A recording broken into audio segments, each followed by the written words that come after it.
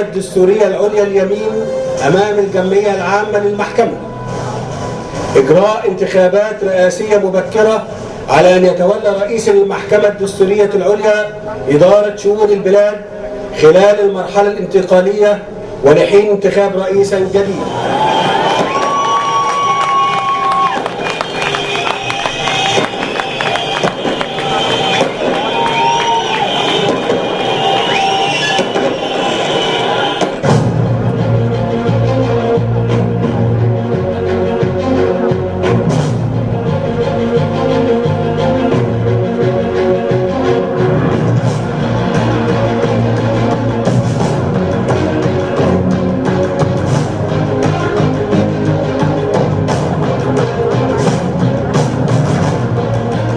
واجه الفريق السيسي ما تعرضت له مصر من مخاطر جسام هددت أمنها القومي، فتصدى بقوة لمخططات إسقاط الدولة ونشر العنف والإرهاب، ثقة منه بأن الجيش والشعب يد واحدة، واستطاع أن يحقق لأبناء شعبه أكثر مما حلموا به.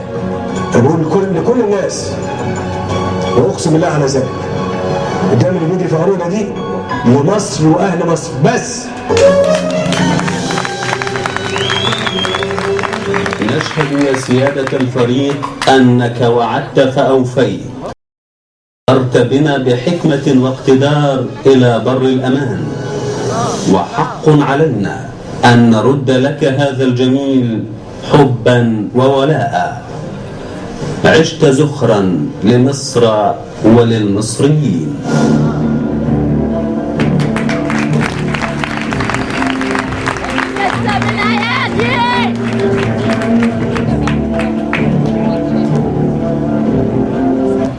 سولي